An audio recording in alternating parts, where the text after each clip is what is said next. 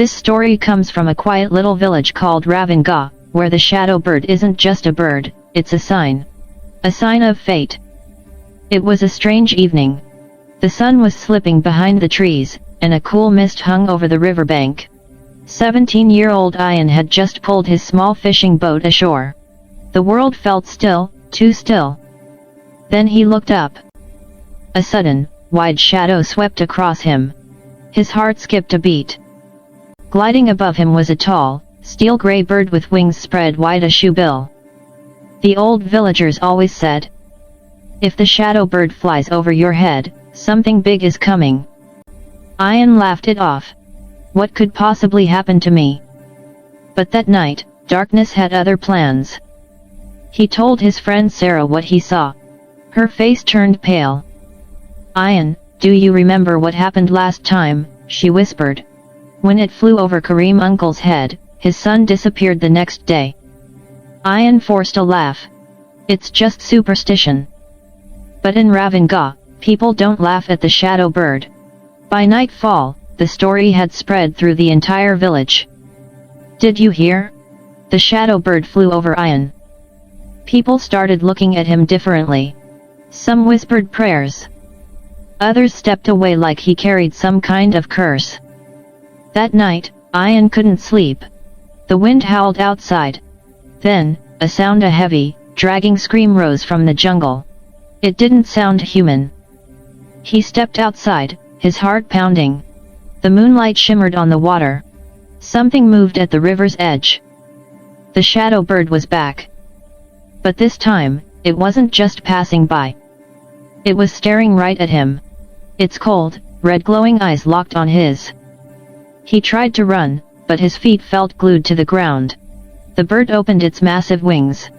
A low hiss almost human filled the air. And then, everything went black. The next morning, the entire village gathered in shock. Ayan was found shivering, pale, unable to speak. But the real horror wasn't him. The village night watchman, who had been guarding the bridge, was gone. Vanished without a trace. All they found was his lantern by the river. The shadow bird took someone again, people whispered. But why did it leave Ayan alive? Fear spread like wildfire. Sarah held his hand tightly. "Ayan, you have to go back," she said. "This isn't just a bird. It's something else." That night, with trembling steps, Ayan walked alone through the dark forest toward the river. The air grew heavy. Leaves rustled without wind. A strange fog crept over the ground. Then he saw it, the Shoebill's shadow, stretching long and silent over the earth. Above him, the bird hovered, wings wide like black silk. Behind it, something emerged, an old stone statue, half buried in water. Moss clung to its surface. Carved on it were strange words. "Those who see the shadow bird, their fate belongs to the forest." The bird let out a deep, guttural sound. Wind slammed into him. Ayan's knees buckled, and the world faded into darkness once again. At dawn, villagers found him unconscious on the riverbank. But this time, the missing night watchman lay beside him, alive. No one knew how he returned. Rumors spread faster than the morning mist. The shadow bird doesn't just take people, it decides who comes back. Ayan never told anyone what he saw that night in the forest. But he knew the shadow bird wasn't a creature. It was a sign. A warning. A choice.